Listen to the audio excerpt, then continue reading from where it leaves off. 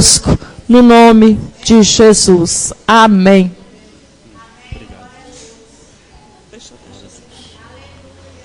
Glória a Deus. A paz do Senhor.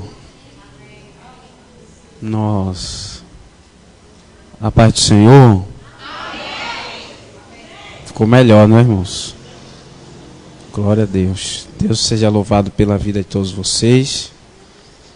É um prazer e satisfação em Deus poder estar retornando a este lugar, onde tive na semana passada a oportunidade de estar conhecendo a pastora e alguns membros que compõem esta obra. Quero louvar a Deus em especial pela vida da nossa amiga irmã Lucília, está ali, já estava procurando ela já. Deus seja louvado pela vida de todos vocês, amém? Vocês que trouxeram o exemplar da sua Bíblia, por favor, Atos dos Apóstolos, aqueles que quiserem, puderem, ficar sobre os seus pés. Cadê a menina que toca? É você? Você que faz o fundo ali. Ele vai fazer hoje? Amém. Deus abençoe. Glória a Deus. Atos capítulo 16. Quem for achando vai dando glória a Deus. Eu não sei vocês, mas eu estou muito feliz. Quem está feliz? Hoje é uma tarde em que o Espírito ministra ao meu coração deixar uma palavra profética, histórica. Uma palavra histórica é quando nós temos a oportunidade de ouvir uma mensagem que nos traz informações do passado.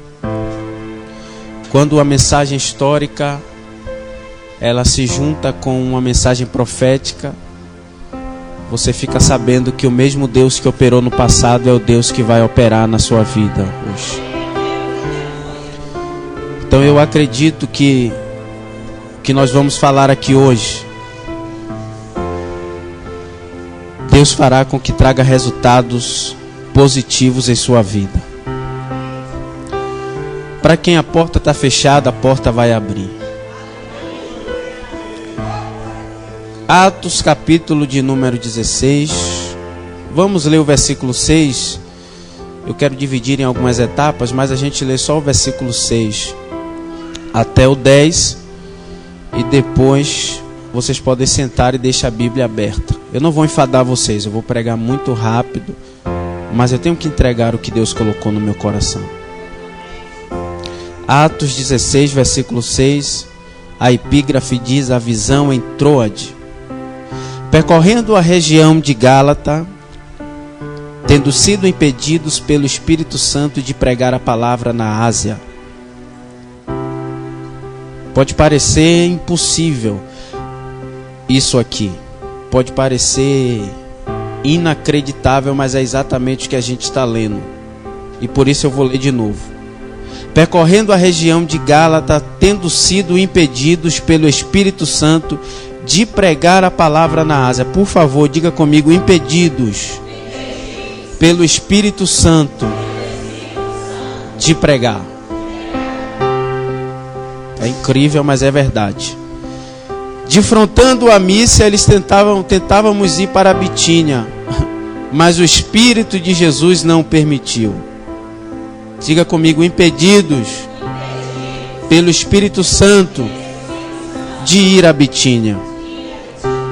Então, tendo contornado a Mísia, desceram a Troade, e à noite sobreveio a Paulo uma visão, na qual um varão macedônio estava em pé, e lhe rogava, dizendo: atravessa a Macedônia e nos ajuda. Assim que teve a visão, imediatamente procuramos partir para aquele destino, concluindo que Deus nos havia chamado para lhes anunciar o Evangelho. Deus abençoe, poder sentar. Deus seja louvado pela vida de vocês. Glória a Deus.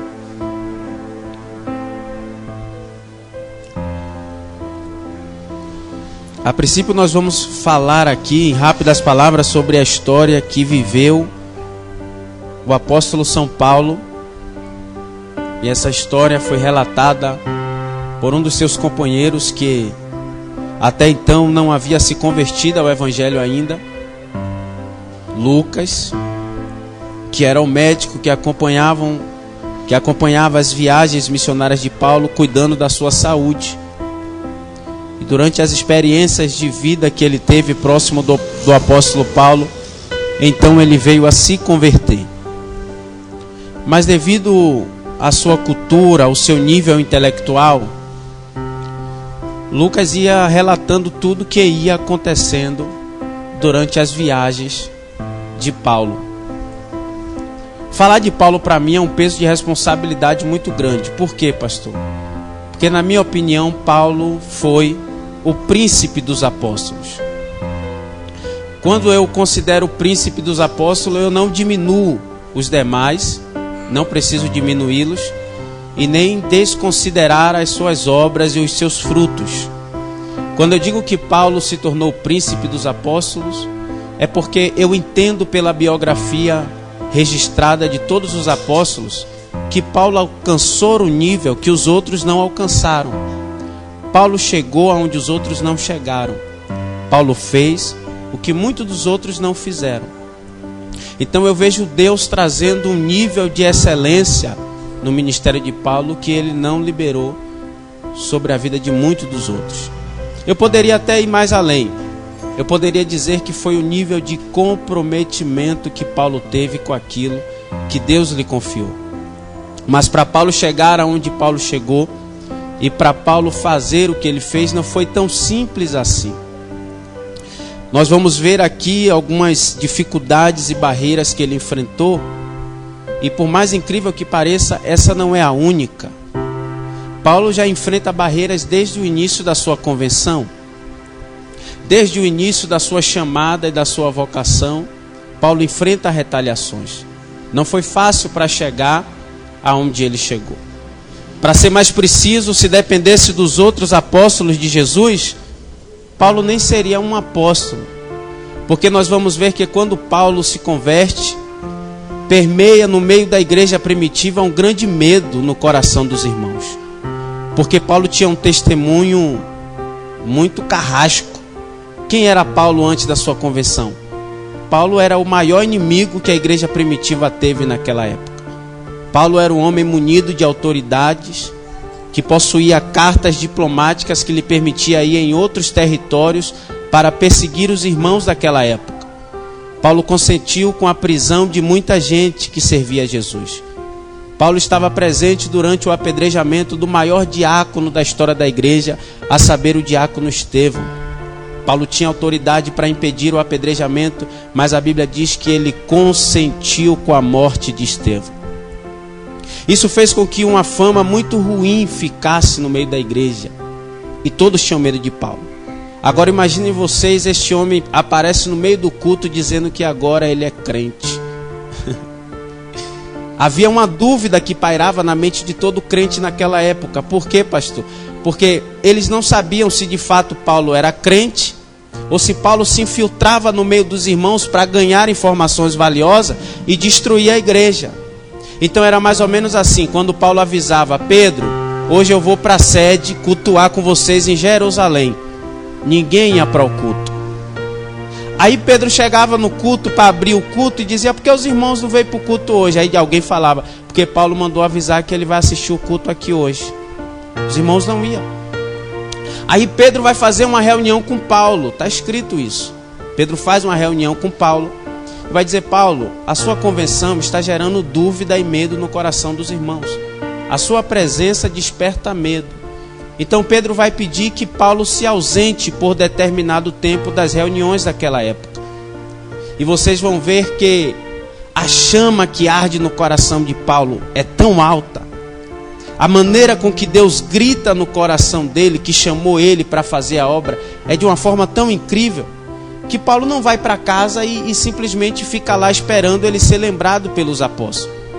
A Bíblia diz que, já que a igreja de Jerusalém rejeitou o ministério de Paulo, ele começa a ir para as cidades vizinhas, os países vizinhos, e começa a pregar para os gentios, aqueles que não são judeus, aqueles que não conheciam a sua fama antes da sua conversão. É como se Paulo dissesse: então, já que Jerusalém não me aceita, então eu vou pregar para os gentios. como ele começa a visitar as aldeias, as cidades, e o ministério dele é chamado por Deus, os sinais lhe acompanham. Então aonde ele vai, quem está doente é curado, aonde ele vai, quem está morto é ressuscitado, aonde ele vai, portas se abrem, pessoas endemoniadas são libertas. Os sinais de Deus acompanham o seu ministério, testificando que Deus chamou aquele homem. Logo, a fama de Paulo começa a percorrer por todos os lugares. Como chamavam Paulo? Paulo, o apóstolo de Cristo. Todos começaram a falar de Paulo como apóstolo, o apóstolo Paulo. Você já ouviu o apóstolo Paulo pregar? Você já viu o apóstolo Paulo orando? Você já viu o apóstolo Paulo chegando em tal cidade? Você já viu o que acontece onde o apóstolo Paulo chega? E essa fama chegou em Jerusalém. Criou um grande problema. Por quê? Porque Pedro, ele era o presidente da igreja naquela época. Vamos supor, o presidente da convenção. Aí chega em Jerusalém a notícia que tem um apóstolo chamado Paulo. Mas Pedro não conhece nenhum apóstolo que Jesus levantou com o nome de Paulo. Porque dentre os 12 não tinha nenhum Paulo. Logo Pedro vai procurar saber quem é esse Paulo que está sendo chamado de apóstolo. E quem é? O mesmo Paulo que Pedro e os outros apóstolos rejeitaram. Glória a Deus. Pela ótica de Pedro, ele nunca seria o que ele foi. Observem que quando Judas traiu Jesus, aqueles que são apaixonados pela leitura da Bíblia, assim como eu, sabem do que eu estou falando agora. Quando Judas traiu Jesus, Judas se matou. E Pedro vai fazer outra reunião como presidente da convenção da igreja primitiva. E ele vai dizer, gente, Jesus levantou 12. Jesus constituiu 12. Só que um era traidor e se matou. E agora nós vamos colocar alguém no lugar do traidor. E aí Pedro diz, olha, eu vou levantar 3 critérios para a gente levantar esse indivíduo. Para que ele seja reconhecido como apóstolo, é necessário que ele tenha andado com Jesus.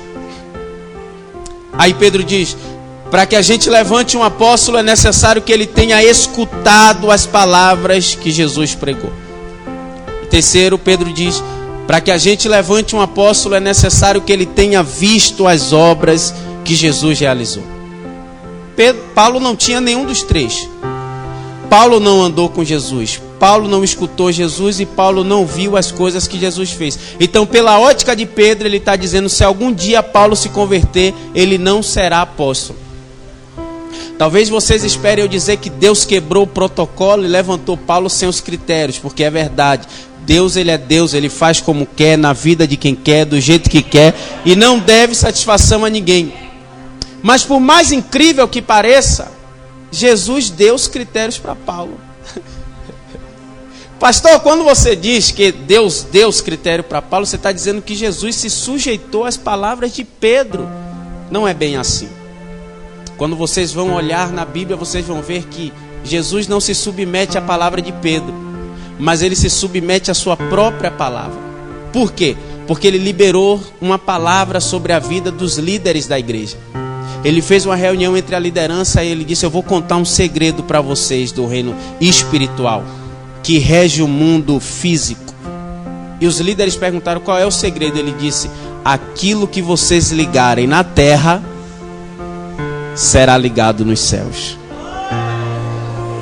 Então ele liberou essa palavra sobre a igreja. Ele disse, aquilo que vocês ligarem na terra, será ligado nos céus. Pedro ligou na terra que para ser apóstolo tinha que ter andado com Jesus, para ser apóstolo tinha que ter escutado Jesus, e para ser apóstolo tinha que ter visto as obras que Jesus realizou. Se vire, Jesus. Jesus olha de lá de cima e diz, temos que levantar Paulo. O que é que a gente faz? A gente dá os critérios para Paulo. Pedro ligou na terra, ligou no céu, a gente vai dar os critérios que ele não tem. Pastor, quando Paulo recebeu o primeiro critério? No caminho de Damasco. Ele pega uma carta das autoridades e vai para Damasco perseguir os irmãos. E pela primeira vez ele vai ouvir Jesus falar com ele. Uma luz resplandece em seus olhos, ele fica cego, ele cai. E de repente pela primeira vez ele vai ouvir a voz de Jesus falando, Paulo, Paulo, por que me persegues? Ele nem imaginava que a partir daquele momento Jesus estava dando o primeiro critério a ele. Jesus estava dizendo, eu quero que você seja apóstolo, mas você nunca me ouviu. Então a partir de hoje eu começo a falar com você daqui de cima.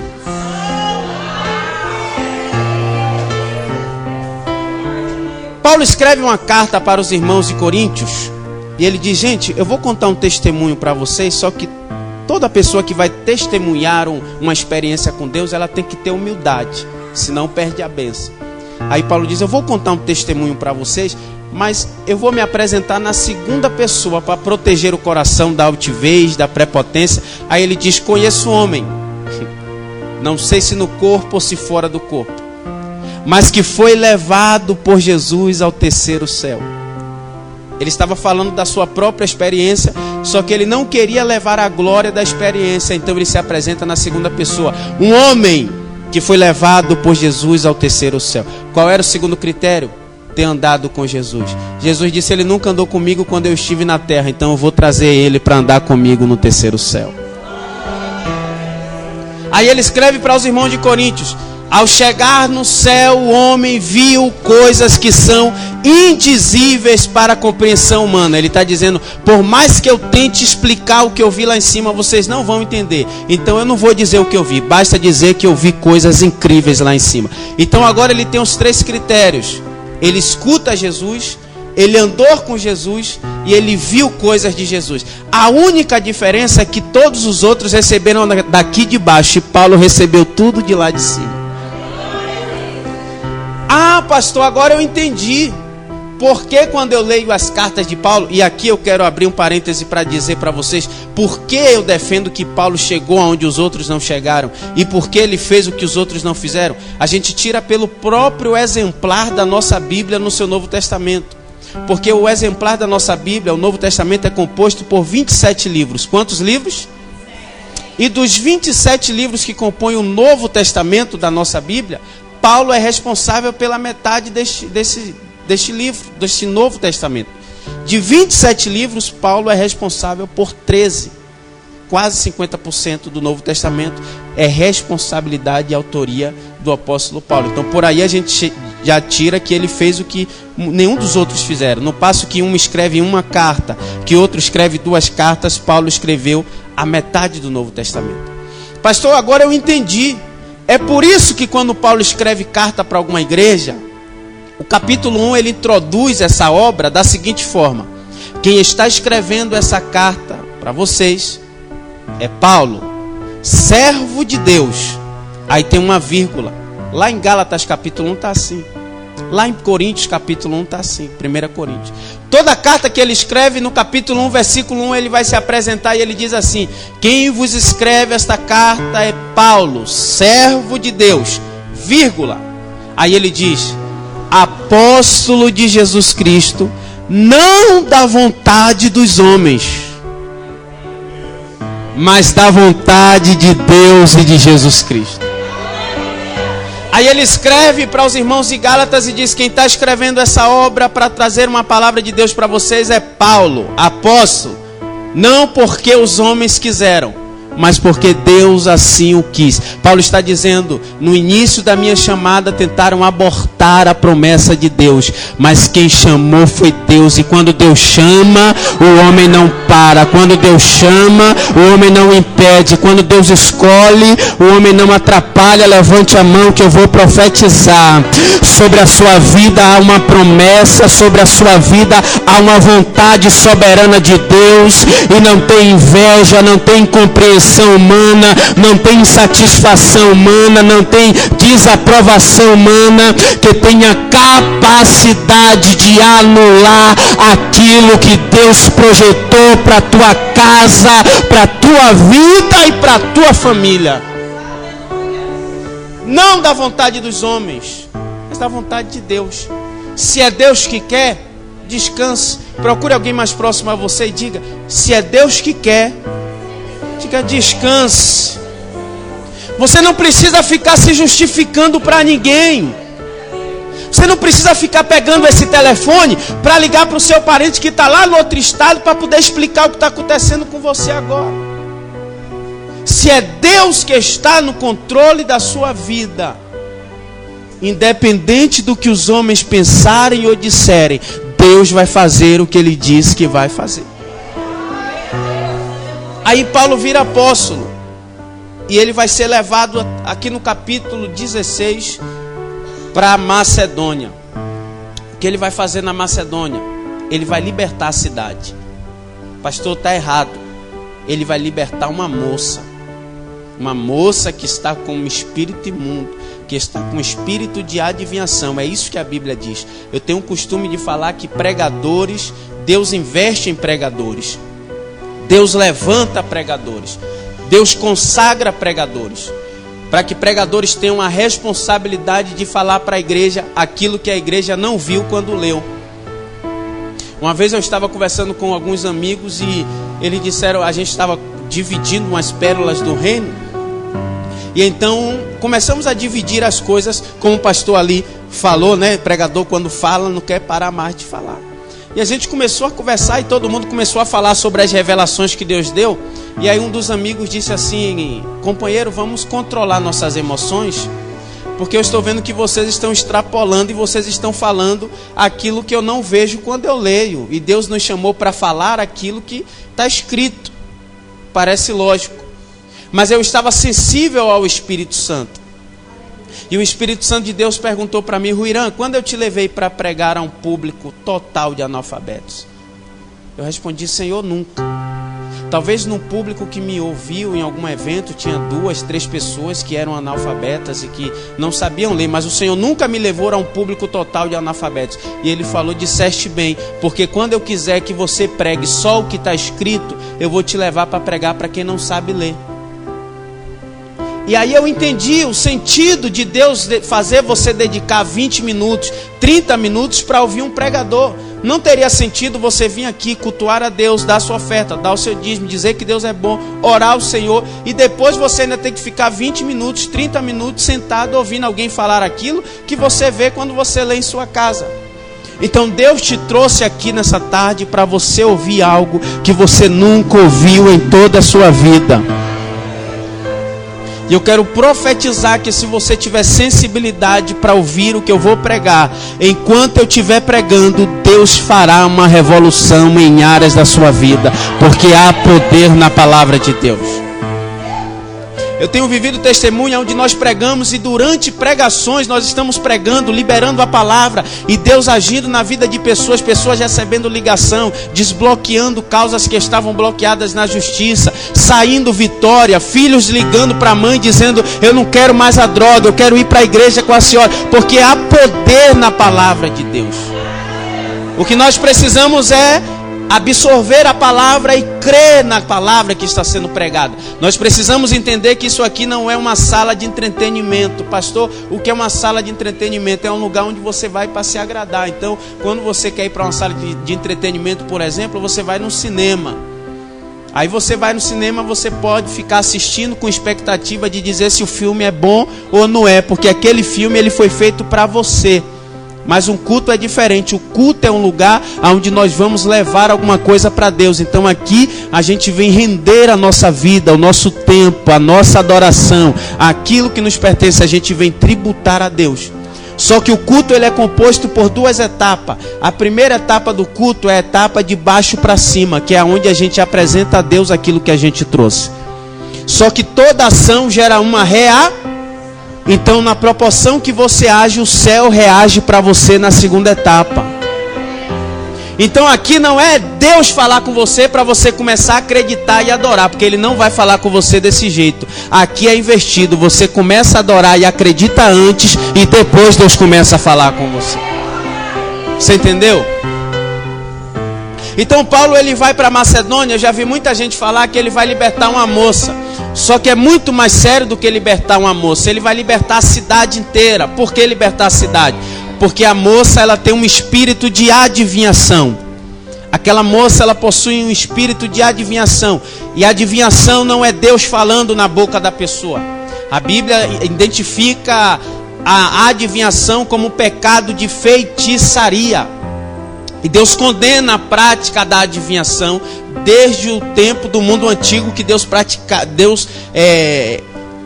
não aceitava essa prática, condenava essa prática. E Deus não só condenava a prática de adivinhar, como Deus condenava a prática de consultar a adivinhação. E se vocês lerem aqui a partir do versículo 16, vocês vão ver que a Bíblia fala que aquela moça que adivinhava, ela tinha uns senhores que eram responsáveis pelo aquele trabalho que ela fazia. Se tornou um meio de fins lucrativos. E o texto diz que eles ganhavam muitos lucros com isso.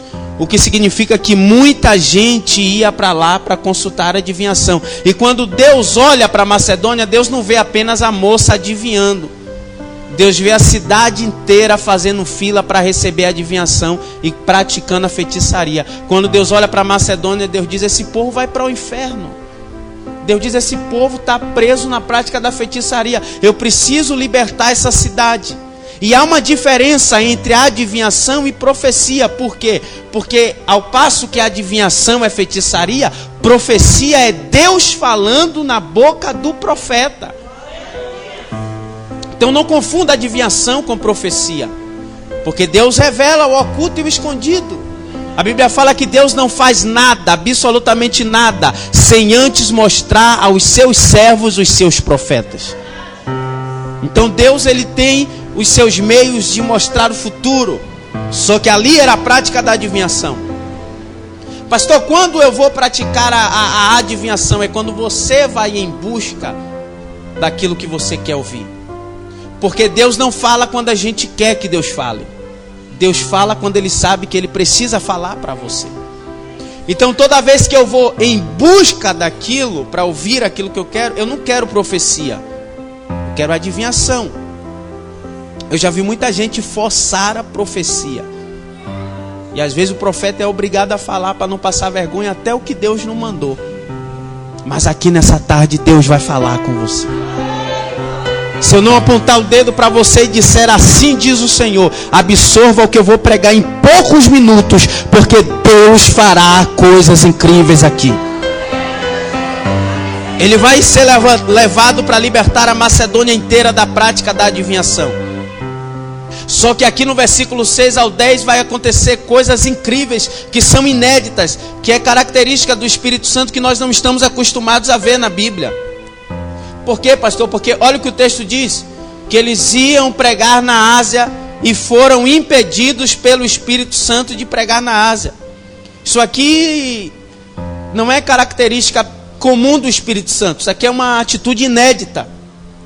Isso aqui é tão inédito que Jesus Cristo, sendo o maior pregador de todos os tempos, na minha opinião, nunca houve um pregador como Jesus, não há e nunca haverá. E Jesus, sendo o maior pregador de todos os tempos, eu confesso para vocês que às vezes eu vou para São Paulo, prego num evento, depois eu estou no Rio, prego em outro evento. Eu confesso que são tantos lugares que a gente vai, que às vezes eu estou no quarto do hotel orando pela revelação da pregação que eu vou ministrar, e eu falo: Senhor, eu estou sem criatividade, eu estou insensível para fazer mensagem nova, não está fluindo, o que é que eu faço? E o Espírito de Deus fala para mim: prega aquela mensagem que você pregou lá no Rio de Janeiro, lá em Copacabana, lá em Botafogo, em tal data. Ele permite eu repetir mensagens. E tem mensagens que eu prego 2 vezes, 3 vezes, 5 vezes, 10 vezes, 15 vezes, porque o Espírito Santo me compreende. Ele sabe que a minha mente é limitada. Só que Jesus, sendo o maior pregador de todos os tempos, enquanto eu repito mensagens em alguns lugares, Jesus disse: eu vou mostrar o quão grande pregador eu sou. Jesus prega mais de 10 mensagens no culto só. Enquanto eu tenho que ficar pregando uma mensagem aqui, pregando a mesma ali, pregando a mesma ali, quando falta criatividade, Jesus diz: eu vou pregar 10 mensagens no culto só. Não vou enjoar não, só 10. Aí ele vai para o Monte das Oliveiras e diz: eu vou pregar sobre as bem-aventuranças. Aí bem-aventurados limpos, bem-aventurados puros, bem-aventurados. Quando ele acaba de pregar as bem-aventuranças, o povo diz: gente, que mensagem linda. Aí ele diz: calma gente, eu estou começando aqui a dar a paz do Senhor para vocês.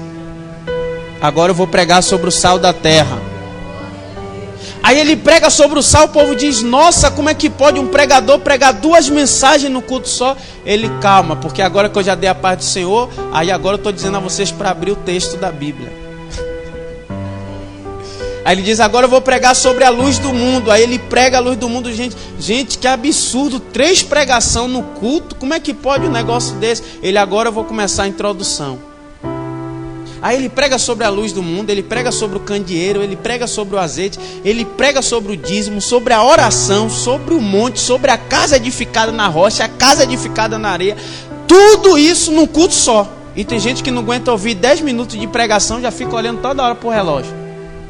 Esse pregador não pode demorar muito, não ia aguentar ouvir Jesus nunca. Mas eu não vou enfadar vocês não, já estou terminando a mensagem. Diga glória a Deus. E ele prega várias mensagens no culto só. Os discípulos, pastora, eles ficam preocupados. Aí ele diz, nossa, como é que a gente vai pregar igual ele? Aí os discípulos, não, já sei, a gente vai começar a anotar. Quando a gente começar a sair com ele, que ele começar a pregar, a gente vai anotar tudo que ele prega. Aí Jesus, sabendo o que os discípulos estavam pensando, ele disse assim, ó, não se preocupem. Porque todas as vezes que vocês forem pregar a minha palavra, o Espírito Santo vos fará lembrar tudo que eu vos ensinei. Então, o que é que Jesus está falando? O Espírito Santo é o patrocinador de quem prega. O Espírito Santo é que ajuda quem prega.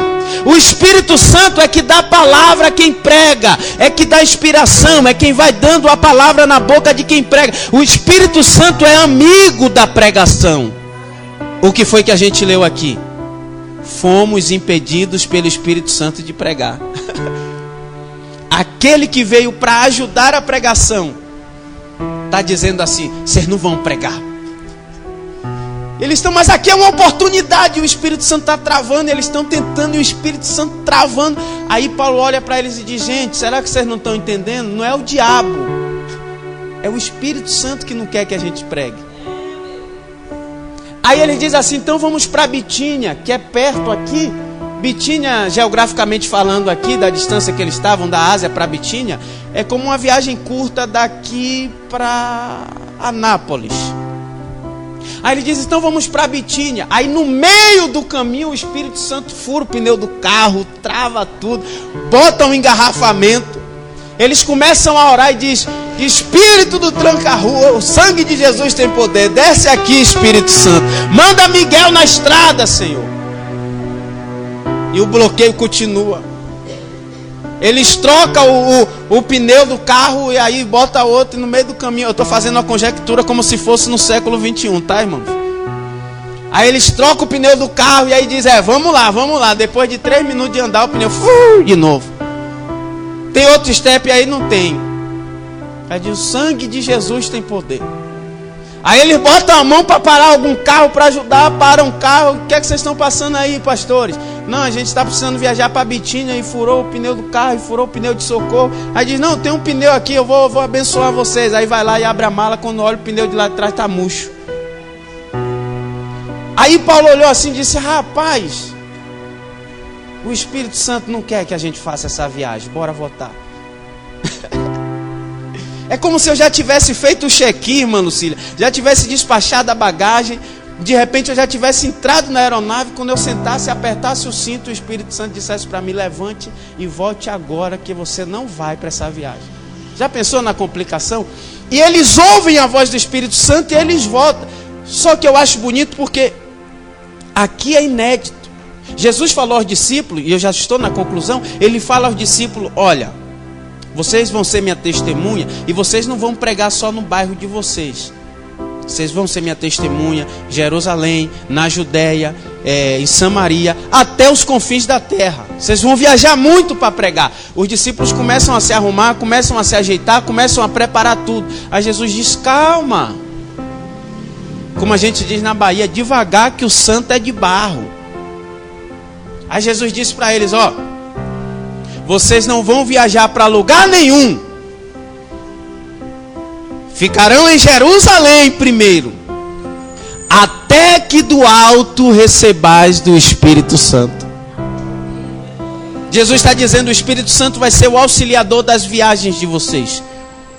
O Espírito Santo vai ser o amigo das viagens missionárias de vocês. Ele vai patrocinar as viagens de vocês. Só que aqui o amigo das viagens missionárias está travando a viagem, dizendo, vocês não vão, se depender de mim, a viagem vai dar errada. Aí eles voltam. Pergunte para mim, o que eu aprendo aí, pastor?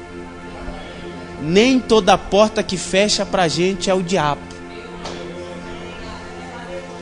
nem tudo que para você parece que deu errado foi o diabo. Nem tudo que para você aconteceu para sua derrota é para sua derrota. Eu aprendo aqui que tem portas que é o próprio Deus que fecha para a gente. Eu aprendo aqui que tem coisas que aparentemente dão errado e que é o próprio Deus que faz com que dê errado. Aí Bitínia fecha, Ásia fecha, ele diz: vamos voltar para a Ásia. Talvez você enfrentou alguma coisa esse ano que para você foi uma tragédia, que para você foi um desastre. Talvez você olhe para alguma área da sua vida e você diz: Deus, isso aqui está fora do controle. Isso aqui, eu não sei como resolver isso aqui. Deus está dizendo: eu estou no controle de tudo na sua vida. Todas as coisas cooperam para o bem daqueles que amam a Deus. As escrituras não dizem que são algumas coisas.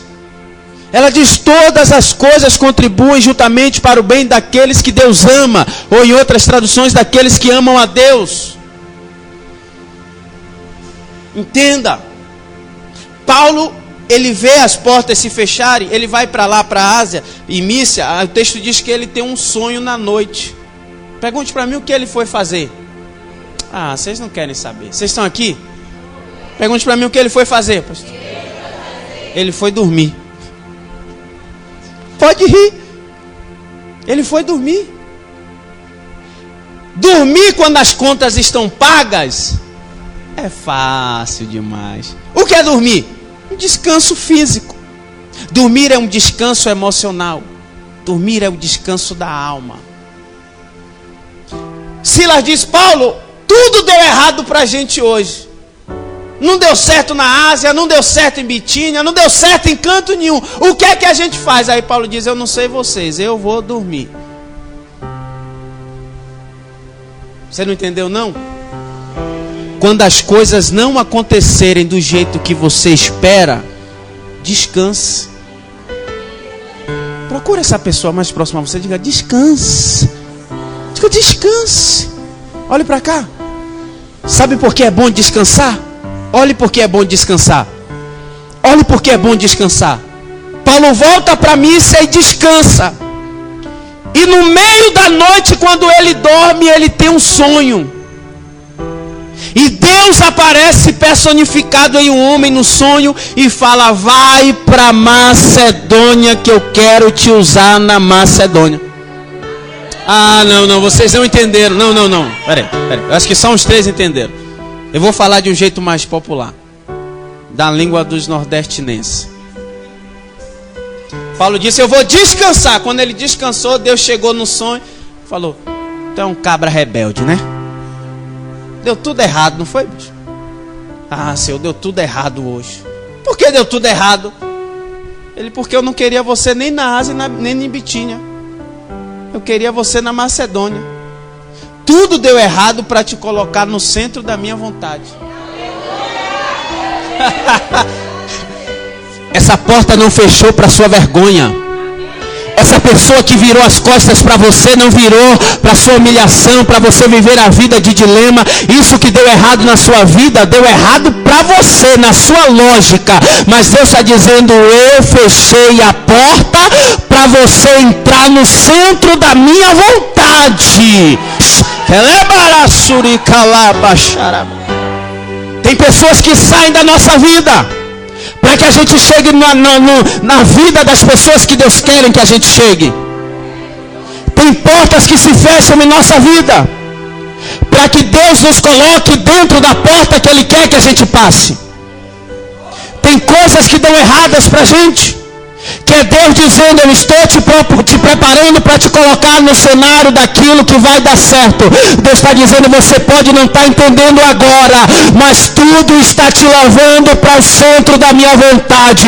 No final haverá frutos, no final haverá honra, no final haverá milagre, e o meu nome será glorificado na sua vida, na sua casa. Levante a mão quem acredita.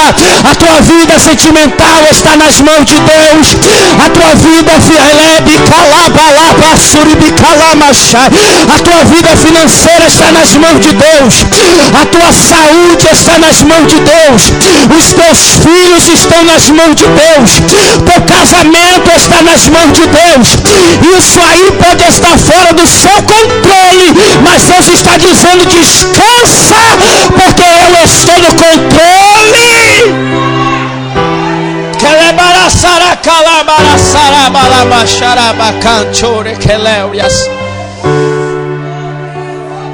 Pastor, esse ano está difícil. Uma grande porta se fechou para mim. Não tem problema. Pastor, está difícil. Eu sofri algo que já é um dilema na minha vida. Parece uma maldição, não é uma porta só. Foi outra porta que se fechou. Não tem problema. Pergunte para mim, por que não? Porque quando Bitínia fecha, quando Ásia fecha, Deus tem sempre uma Macedônia para abrir. Hey. Sabe quem foi para a Ásia fazer a obra lá depois? Pedro. Sabe o que aconteceu na Ásia quando Pedro chegou lá? Nada além de conversão. É um grande milagre? É. Mas não deixou nenhum testemunho em manuscrito para nos edificar hoje. Sabe o que aconteceu na Macedônia? Pergunte para mim o quê? Chegou lá, o diabo tentou travar tudo para Paulo e Silas. E dentro do projeto do diabo, Deus fez um grande milagre que até hoje é falado em nosso meio. Não, você não entendeu. Deus está dizendo: o testemunho de Bitínia e da Ásia é menor. Deus está dizendo: eu fechei a Ásia e Bitínia porque eu vou levar você para um lugar que eu vou te dar um testemunho maior. E você aí chorando por causa desse rapaz que era ignorante com você, que te deixava num vácuo na rede social. Deus está dizendo: eu tirei ele para trazer um que vai te chamar de bebê, que vai te levar rosa dia de domingo, que vai levar você para o cinema, para tomar sorvete. E você chorando por causa dessa empresa que te deu a carta de demissão, te deu a carta de aviso e você só ganhava um salário. Deus está dizendo: eu fechei ela porque eu vou te colocar numa porta que tem 2 salários, que tem 3 salários. Deus está dizendo: quando eu permito que uma porta se feche, pode descansar, porque a porta que eu vou abrir será maior. Será maior. Pastor, e se a porta que fechou eu disser que eu quero ela de novo? Olhe para quem está do seu lado e diga: se for de Deus, diga, a porta vai abrir de novo. Diga, mas vai abrir melhor do que estava antes. Quem pega essa palavra? Deus está falando com gente aqui. Deus está falando porque tem gente que perdeu alguma coisa e está dizendo: Deus, eu não quero outra, eu quero aquilo que eu perdi, porque quem me deu foi o Senhor. E se foi Deus que deu, a glória vai voltar maior, porque a glória da segunda casa é sempre maior do que a primeira.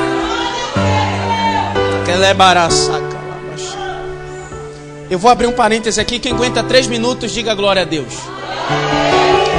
Eu sei que eu não sou pastor da igreja, eu não posso doutrinar a igreja dos outros, né, pastora? Mas eu preciso orientar os irmãos, porque falar de sonho é perigoso. Por que falar de sonho é perigoso? Porque eu falei aqui que Deus revelou para Paulo no sonho. Aí tem gente que vai sair daqui pensando assim: ah, então Deus fala no sonho? Então quando eu sonhar, Deus falou comigo. Aí qualquer sonho vai acordar dizendo: Deus falou comigo. Cuidado. Biblicamente falando, Deus fala no sonho, mas nem todo sonho é Deus. Biblicamente tem 3 tipos de sonho. Existe o sonho carnal, que nós não temos tempo suficiente para falar, mas o sonho carnal é explicado também pela psicologia. Se tiver alguém que estuda psicologia aqui, sabe do que eu estou falando. Que a própria Bíblia fala sobre o sonho carnal. A Bíblia fala lá em Eclesiastes, não vou falar o capítulo e versículo, que é para vocês lerem o livro todo. Tem gente que é preguiçoso, só quer saber o que o pregador fala. Vocês têm que ler. Mas está escrito lá em Eclesiastes: por muito ocupadamente surgem-se os sonhos. Aí é aquela pessoa que diz assim: eu quero aquilo, eu quero aquilo, eu quero aquilo, eu quero aquilo, eu quero. Aí sonha com aquilo. Aí acorda dizendo: Deus falou que vai me dar. Já vi muita gente passar por isso, né? Já vi muita gente. O irmão vê aquela moça entrando na igreja, aceitando Jesus. Aí ele diz: é ela, Jesus é ela, eu quero ela, eu quero ela, é ela. Aí vai lá e sonha. Aí sonha entrando na igreja. Ele está lá no altar. Quem é que está entrando? É ela. Aí acorda dizendo: Deus confirmou. Ainda não é sapateada. Aí daqui a pouco casa, aí não é feliz. Aí diz: ó a praga que Deus me deu, ó. Está escrito: as bênçãos do Senhor enriquece, não acrescenta. Então nós temos que tomar cuidado com os nossos sonhos. Porque tem um sonho carnal.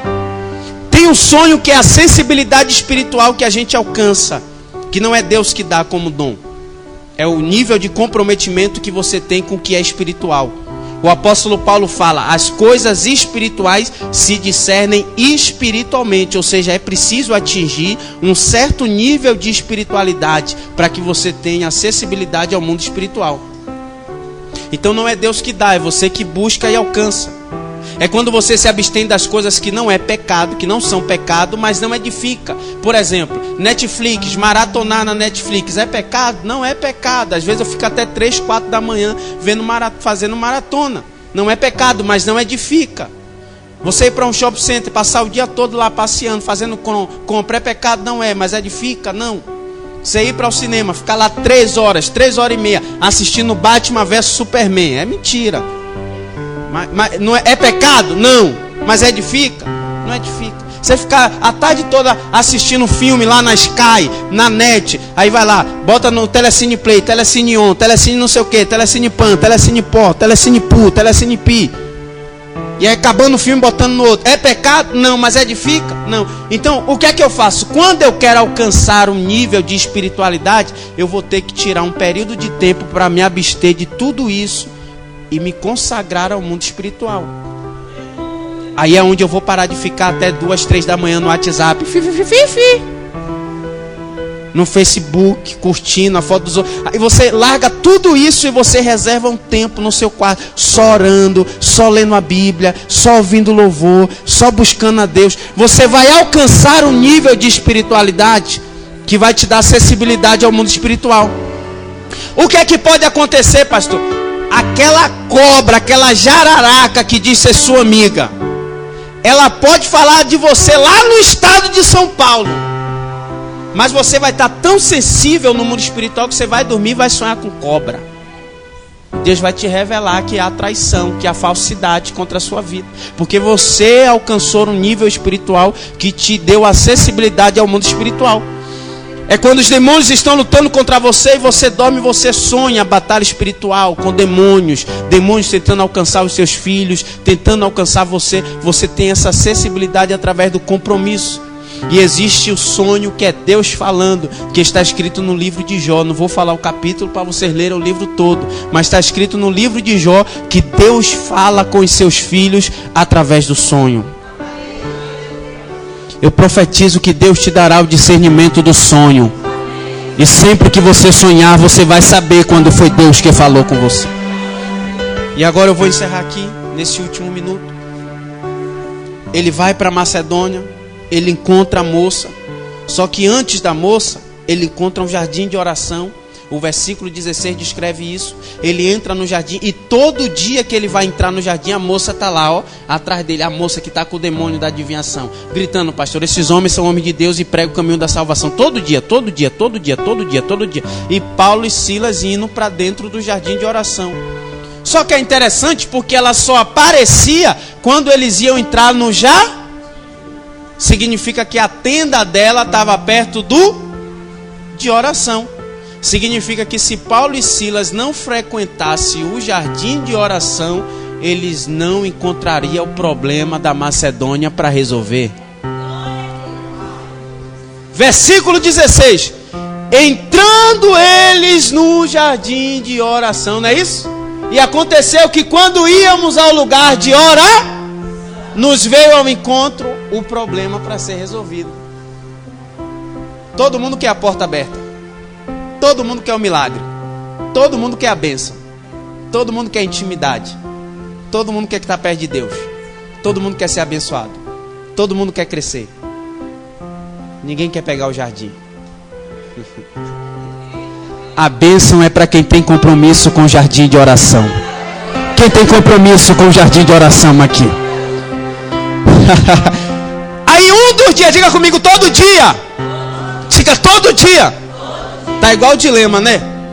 Tá igual o seu dilema. Você vai dormir de domingo determinando. Você diz assim, amanhã é segunda, amanhã a minha vitória vai chegar. Aí de segunda-feira você vai dormir dizendo a mesma coisa. Amanhã é terça-feira, amanhã a minha vitória vai chegar.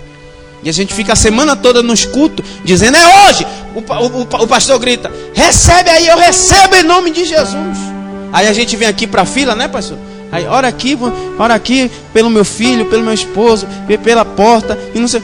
Aí a gente pede oração. Aí amanhã vem outro pregador aqui. Aí você vem para a fila pedir a mesma coisa para o pregador orar pela mesma coisa que você me pediu para orar hoje. Aí na semana que vem outro pregador, você vem para a fila e vai pedir e pede oração pela mesma coisa que você pediu ao outro pregador que veio aqui, que já orou pela mesma coisa que você pediu para mim. Pergunte para mim por quê? Porque todo dia é exatamente igual, não muda. Se a gente fizer uma campanha aqui, a carta para Deus, e mandar você botar 10 pedidos, você faz os 10 pedidos. Você diz assim, esse ano de 2018, Senhor, me dê isso, me dê isso, me dê isso. Está escrito que tudo aquilo que pedir em seu nome, crendo, receberei. Você vai fazer 10 pedidos. Aí em 2019 a pastora vai fazer a mesma coisa, a campanha da carta para Deus, 10 pedidos. Dos 10 pedidos que você botou em 2018, 8 você está botando em 2019. Porque a vida passou, o ano passou, as coisas passou e a vida continuou exatamente igual. O tempo está passando na velocidade da luz. Parece que foi a semana passada que o Brasil tomou 7-1 da Alemanha. Já se passaram 4 anos. E a nossa vida continua exatamente igual. Tem uma música de Shirley Cavalhais que ela canta assim: bem distante eu te vi. Quem conhece? Parada à beira do caminho. Como é? Se sentindo tão sozinho, coração batendo angustiado em seu peito, você vive maus momentos. Aí ela diz assim: é todo dia a mesma coisa e você se cansou. Não é assim? Todo dia a mesma coisa, irmão. Todo dia a mesma coisa. Todo dia a menina estava lá. Esses homens são homens de Deus. Todo dia ela estava lá. Teve um dia que Paulo parou e disse: hoje não, Satanás.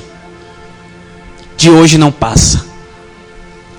Paulo olhou para ela e disse indignado: espírito imundo, retira-te dela em nome de Jesus. E aquele problema que vinha atormentando eles, aquela perseguição, aquele dilema da cidade, tudo foi dissipado. E a Bíblia não diz que foi uma semana depois, que foi um mês depois. A Bíblia diz que foi na mesma hora. Fique de pé, por favor. Os homens ficaram indignados com aquilo, porque tomaram prejuízo. O espírito saiu, ela não adivinhava mais, as pessoas não pagavam mais pela adivinhação. E os senhores dela começaram a sofrer prejuízos. Então eles procuraram as autoridades e disseram: a gente tem que prender esses homens, que eles estão destruindo com a cultura da cidade. Aí pegaram Paulo e Silas e colocaram atrás das grades. Tem gente aqui que está assim. Deus deu a vitória. Deus abriu a porta da Macedônia. Você entrou no centro da vontade de Deus. Você fez aquilo que Deus mandou você fazer. Mas você olha para um lado, olha para o outro, olha para cima, olha para baixo, e você está se sentindo num cativeiro. É possível o inimigo me parar dentro do cenário da onde Deus me colocou? Quem levou Paulo e Silas para Macedônia? Deus. O Espírito? O Espírito? Quem levou eles para Macedônia? O Espírito? O diabo conseguiu prender eles? Conseguiu prender? Conseguiu prender? Está escrito. Eles foram presos. O diabo disse: a gente tem que parar o crescimento. Prendeu. É possível o diabo parar uma coisa que Deus quer andando? É possível. Impossível é permanecer parado. Colocaram correntes nos pés, grilhões nas mãos. Paulo olhou para Silas e disse: e aí? A gente não fez nada na Ásia porque ele não quis. A gente não fez nada em Bitínia porque ele não quis. A gente veio para Macedônia porque ele mandou. Aí Silas, olhando para ele, disse: então quem abriu a porta da Macedônia foi? Quem abriu a porta da Macedônia foi? Aí eles olham um para o outro, dá aquela risadinha de boca e diz assim: você está lembrando de uma coisa? Tô. O quê? A porta que Deus abre. A porta que Deus abre. Eles disseram: tem alguma coisa errada. Se a gente veio para onde Deus mandou, não era para estar assim. A gente foi para Bitínia, ele fechou, tudo bem. A gente ia para a Ásia, ele disse: não, gente, tudo bem. Agora ele disse: vai para Macedônia. E a gente está assim, a gente não vai aceitar. Aí disse: o que é que a gente faz? Chama a atenção dele. Como? Primeiro, começa a orar. Pastor, qual foi a oração deles? Eu vou dizer para você: Deus, quem me trouxe foi o Senhor. Eu ia para a Ásia, o Senhor disse não, eu obedeci. Eu ia para Bitínia, o Senhor disse não, eu obedeci. O Senhor disse: vai para Macedônia, olha onde a gente está. Aí eles disseram, aí eles oraram e disseram: manda um anjo, amém. Nós já agradecemos ao Senhor por tudo, amém. Aí disseram: a gente já orou, o que é que a gente faz agora? Agora a gente adora. E aí eles começaram a cantar. Os outros prisioneiros começaram a ouvir. Os prisioneiros começaram a ouvir. De repente os céus também começou a ouvir. E Deus mandou um anjo que trouxe um terremoto. Arrebentou com aqueles portões fechados. Deus vai arrebentar as cadeias. E Deus vai fazer abrir aquilo que tem que estar aberto na tua vida. Hoje vai ter um terremoto de Deus aqui. Pegue na mão de quem está do seu lado. As meninas podem preparar um hino aqui, por favor.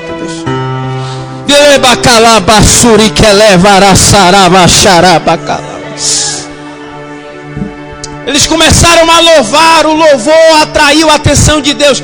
É como se Deus, pastora, estivesse dizendo assim: eu estou ouvindo Paulo e Silas adorar. E Deus diz assim: deixa eu ir lá receber a adoração deles. Quando Deus olha o endereço da adoração, onde é o endereço? Macedônia. Aí Deus diz: não, tem um problema aí. Qual é o problema? Eles estão no lugar certo, eu mandei eles para Macedônia, só que eles estão aonde? Na prisão? Aí Deus pega e manda o anjo desce. Solta agora. Solta Paulo e Silas agora. O texto diz que todas as portas se abriram. Eu profetizo que não será uma porta só que vai abrir para você. Se prepare, porque portas que fecharam e que ficaram fechadas até esse mês de agosto de 2018, se prepare, porque os próximos 5 meses serão suficientes para Deus abrir todas as portas. Todas.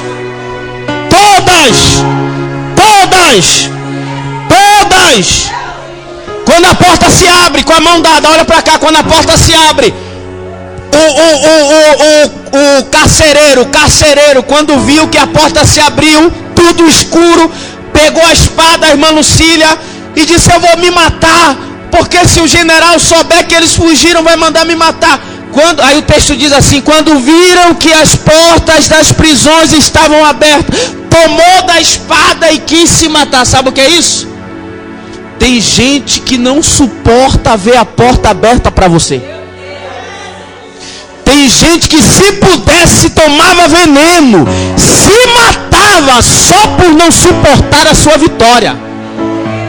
O carcereiro acordou quando viu que a porta estava aberta. Ele disse: eu vou me matar. Tem gente que vai morder o beiço, que vai arrancar os lábios, que vai entortar a boca, que vai revirar os olhos, que vai dizer: eu não gostei, que vai dizer: não pode ser, como é que pode ter acontecido na vida dela, como é que pode ter acontecido. Só que olhe para Paulo e Silas: se fosse muitas das vezes da gente, se fosse muito de nós, Imagine saber que alguém que lhe prendeu, alguém que botou ali, alguém que prendeu os pés, alguém que prendeu as mãos, alguém que bateu o cadeado nas portas, vai se matar. Imagine, se fosse muitos de nós, diria assim: Silas, fica calado, ele está pensando que a gente fugiu. Deixa o miserável se matar, quando ele se matar a gente sai daqui. Não é isso? Diga se não é verdade. Por quê? Qual é a lógica? A lógica é: se eu sair aqui, ele acordou. Se eu sair, ele vai me ver e não vai deixar eu sair. O desgramado me prendeu. O desgramado prendeu meu pé, prendeu minha mão, fechou a porta. Deixa se matar. Aí a gente faria o quê? Calado. Ele vai se matar. Quando ele se matar, a gente dá um pinote aqui. Olhe para quem está do seu lado e diga: aprenda a perdoar. Olha a lição que Paulo e Silas deixam. Quando o carcereiro pega, olhe porque Deus está te preparando para um milagre. Pastor, o que é que você está falando? Deus está te preparando porque o que Deus vai fazer na sua vida vai te honrar diante de quem tentou te envergonhar. E Deus está te preparando para você não se comportar errado. Porque tem gente que quando Deus dá a vitória, aí quer ver a derrota de quem estava sendo inimigo. Aí diz: agora que Deus me exaltou, agora Deus vai abater o desgramado, a desgramada, que é para ver que Deus é na minha vida. Deus não precisa matar seus inimigos. Eles não vão se matar. Pergunte para mim por quê. Porque se eles se matarem, eles não vão assistir a sua vitória. Quando ele vai se matar, Paulo grita: ei! Não faça isso, porque nós ainda estamos aqui dentro. Paulo está dizendo: eu estou sendo um canal de vida para quem me colocou na situação ruim. Deus está dizendo: eu vou fazer um milagre. E você ainda vai abençoar quem tentou te amaldiçoar. E você ainda vai ajudar quem falou mal de você. Você ainda vai abençoar quem tentou fechar a porta para você. Pessoas que tentaram te prejudicar, ele está dizendo: você não vai amaldiçoar elas. Você não vai prejudicar elas. Você vai fazer elas escaparem da morte. Paulo grita: não se mate. Nós estamos aqui para abençoar a sua vida. Escute, aí ele pergunta: o que é que eu faço para ter esse Deus seu? Porque você tinha tudo para deixar eu morrer, você tinha tudo para deixar eu me matar. Foi eu que coloquei você aqui, só servindo a um Deus de verdade para ter esse tipo de sentimento. Eu quero servir a esse Deus, o que é que eu faço? Aí Paulo diz: crê no Senhor Jesus e será salvo tu e a tua casa. Você vai abençoar eles, você vai ajudar eles, a família deles verá a glória de Deus na sua casa. Quem acredita nisso, agora jogue a sua mão para cima. Pastor, o que é que eu vou fazer? O que é que eu vou fazer? O que é que eu vou fazer? Quando eu disser Macedônia, você vai gritar: a minha vitória chegou. 3 vezes, Macedônia, isso é profético. Vai ter gente que vai receber ligação aqui. A senhora, levante a sua mão. Receberás uma ligação com uma grande resposta da parte de Deus. Uma grande vitória está chegando para a sua vida. Uma grande vitória está chegando para a tua casa. E Deus trará a resposta através de uma ligação. No ato profético que a igreja vai glorificar, no glória a Deus da igreja, Deus vai preparar o teu milagre de onde tu menos está esperando, e tu vai receber a resposta de Deus. Aquela moça lá de óculos pretos sobre a cabeça, Deus agendou a tua vinda aqui nessa tarde. Deus agendou esse culto para você aqui. Essa tarde é o seu Betel, o seu encontro com Deus. Não conheço a tua história, não sei teu nome, não sei de onde você veio, mas o Deus que te conhece desde quando você estava sendo formada no ventre da sua mãe, é o Deus que conhece a sua história, e diz que o Espírito Santo te soprou através de um convite nessa tarde, que ele é Massuricalamacheia, Iribicalabassúbria, e Deus preparou esse convite para falar com você através dessa pregação. E Deus manda dizer que tem portas que fecharam e irão se abrir de novo, mas tem portas que se fecharam acharam que foi Deus que fechou. Agora, para a porta que não vai se abrir, Deus está dizendo: fica tranquila, porque para a porta que se fechou para não se abrir mais, é porque eu vou abrir outra porta maior para você. Levante a sua mão, minha filha, levante a sua mão, porque no glória a Deus da igreja, Deus vai visitar a tua vida lá. Ele está dizendo: fala para ela, meu filho, que eu estou descendo na vida sentimental dela hoje. Ela tem sofrido uma aflição, ela tem enfrentado uma batalha, e essa batalha é espiritual, mas no glória a Deus que a igreja deu, Deus já desceu aqui, representado nos anjos, e você vai ver a intervenção de Deus na tua vida. Quem pode glorificar Deus aqui nessa noite? Prepara para o ato profético. Eu vou falar 3 vezes Macedônia, e você vai gritar. O que é que você vai gritar? O que é que você vai gritar? Isso é um recado para Macedônia. Que recado é esse? Que você estará no centro da vontade de Deus, e o diabo não vai bloquear nada que Deus preparou para você. Eu estou vendo Deus visitar a saúde de crente aqui. O pastor, qual é o nome do pastor que veio aqui mais cedo? Que veio aqui? Pastor Renato, levanta a sua mão, por favor.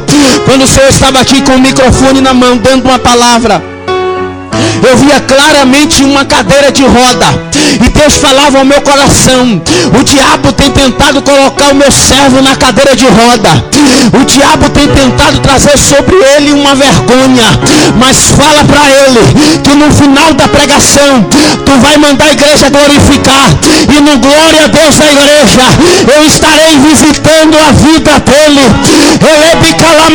No glória a Deus da igreja tu recebe o livramento de Deus.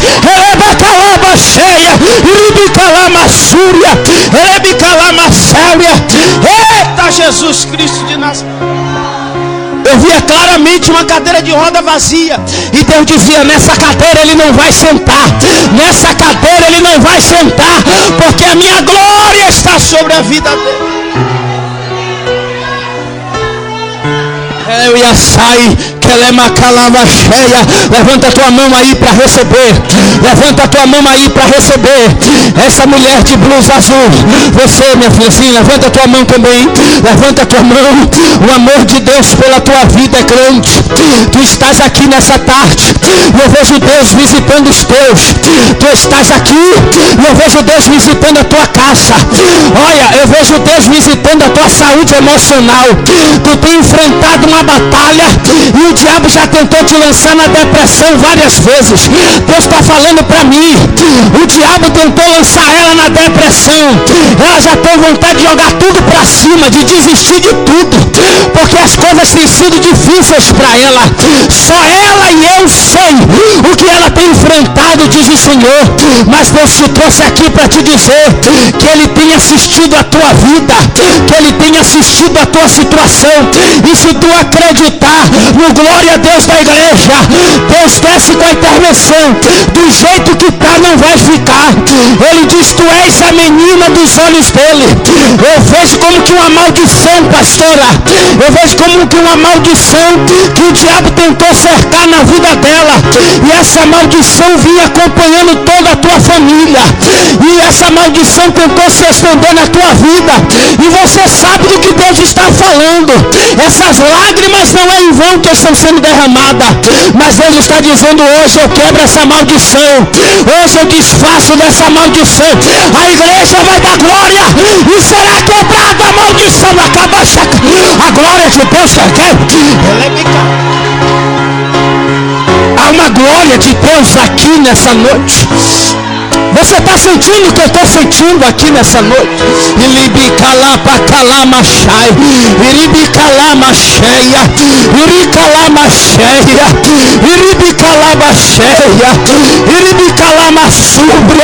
Deixa o Espírito renovar a tua vida. Deixa o recebe uma eu estou sentindo a eternidade de Deus aqui nessa igreja. Eu estou sentindo a eternidade de Deus aqui com a gente nessa noite. Deixa o céu te abraçar. Deixa o Espírito Santo te abraçar. Tem gente que ele está abraçando aqui e está tirando a angústia. Tem gente que ele está abraçando aqui e está tirando a tristeza. Isso, adora, adora, adora. Levanta a tua mão, mulher. Levanta a tua mão para receber. Levanta a tua mão para receber. Hoje ele chega com uma unção sobre a tua casa. Hoje ele chega com um avivamento na tua casa. Ele é bicalabassura e bicalabacheia. Quando tu entras naqueles lugares, tu verás a diferença, porque os anjos entrarão contigo. Recebe o que desce sobre a tua vida. Quem pode adorar? Quem pode adorar? Enquanto vocês estão adorando, os anjos estão descendo aqui. Deus está falando para mim: hoje eu tenho um endereço para o milagre. Hoje eu tenho um endereço para o milagre. O milagre será lá no setor sudoeste, na avenida C17, na igreja pentecostal Resgate em Cristo. Deus está mandando anjos aqui nessa noite. Se prepare para adorar, se prepare para adorar. 3 vezes nós vamos mandar, nós vamos profetizar para Macedônia. Nós vamos profetizar para Macedônia que o milagre está chegando, que o milagre está chegando. Quando nós fizermos o ato, Deus vai fazer um negócio, Deus vai fazer um mover aqui nesses pedidos. Eu estou vendo claramente uma bandeira do Rio de Janeiro. Eu estou vendo uma bandeira do Rio de Janeiro. E Deus está mostrando o estado do Rio de Janeiro e dizendo: fala que a igreja vai entender o mistério. Porque Deus mostrava a bandeira e dizia que Deus está visitando quem é de lá e que está representado em quem é aqui. Entendeu? Glorifique a Deus por carnaval. Calama cheia, tu vai saber, tu vai receber a notícia do milagre, porque Deus está visitando os teus aqui. Eu preciso encerrar, tem gente que tem compromisso ainda essa noite aqui. Levanta a tua mão, meu filho, levanta a tua mão, levanta a tua mão. Levanta a tua mão, você levanta a tua mão. Levanta a tua mão. A tua história foi uma história de sofrimento. A tua história foi uma história de muitas percas. As coisas sempre foram muito difíceis para você. Mas você sempre foi guerreira. Você nunca baixou a guarda. E o Senhor diz assim, ó: ainda que pareça o fim, Deus ainda tem coisa para fazer na terra para te surpreender, viu? Recebe a graça de Deus. Hoje o Espírito Santo te dá um abraço, porque o amor de Deus pela tua vida é muito grande. O amor de Deus pela tua família é muito grande. Ela está contigo, ele está contigo aqui, a pessoa está contigo. Enquanto você está aqui, está sendo visitado. Deus está visitando o alto da cabeça, a ponta dos pés. Deus está dando vitória para a casa de vocês hoje. Deus está levando vitória para aquele lá. No glória a Deus da igreja. Vamos lá, vamos lá. Agora vai. Diga comigo: será um terremoto. Diga: será um terremoto. Passou como é o terremoto? O terremoto treme tudo. Então, para fazer, você tem que se entregar. Para essas portas se abrir, você tem que se entregar. Não dá para ser assim, ó: Macedônia, meu milagre está chegando. Desse jeito aí a gente não espanta nenhuma ave, que dirás provocar um terremoto. Diga comigo: é para tremer. 3 vezes. O meu milagre está chegando. 3 vezes, 3 vezes. Quando eu disser Macedônia, você rasga.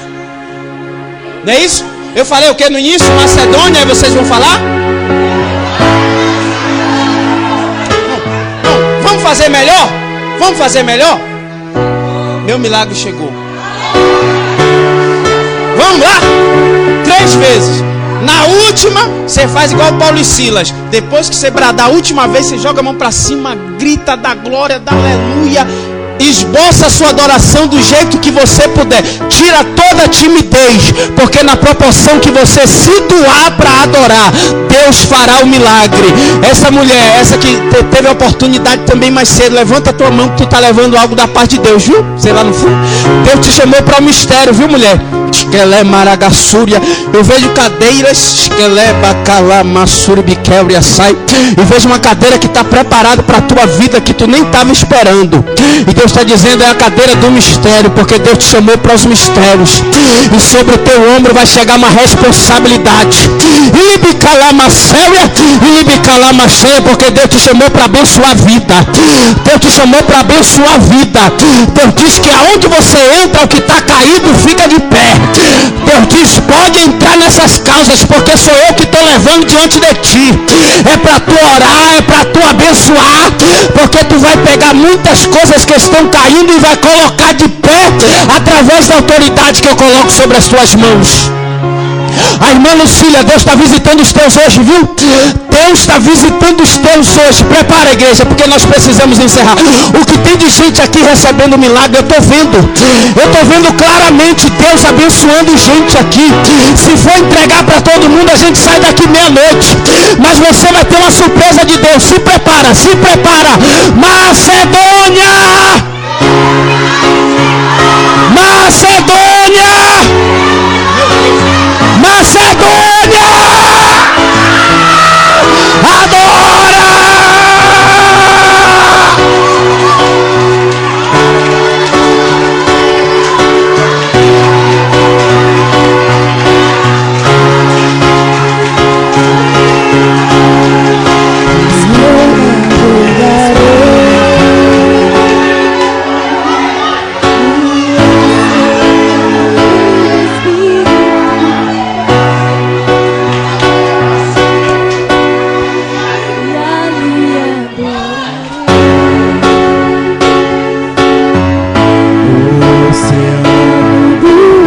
Glória a Deus. Vem, pastor, senão a gente sai meia-noite. Aleluia. Ao Deus do meu amor, quem pode adorar? Eu. Aleluia, meu Deus do céu, que é isso, Jesus? Ao Deus da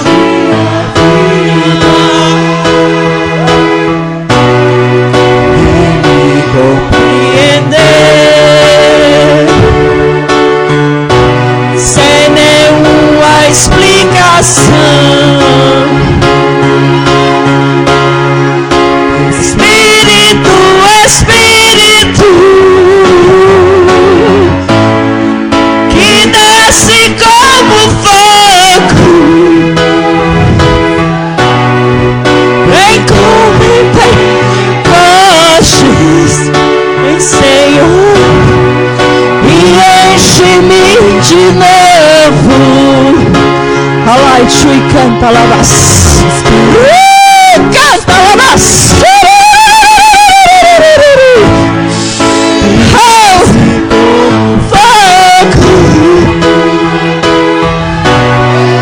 Vem como em Pentecostes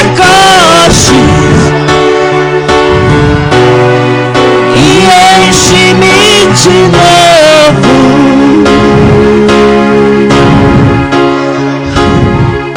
Aleluias, aleluias, aleluias. Pai, visita cada foto, visita Espírito Santo, cada chave, unge essa água.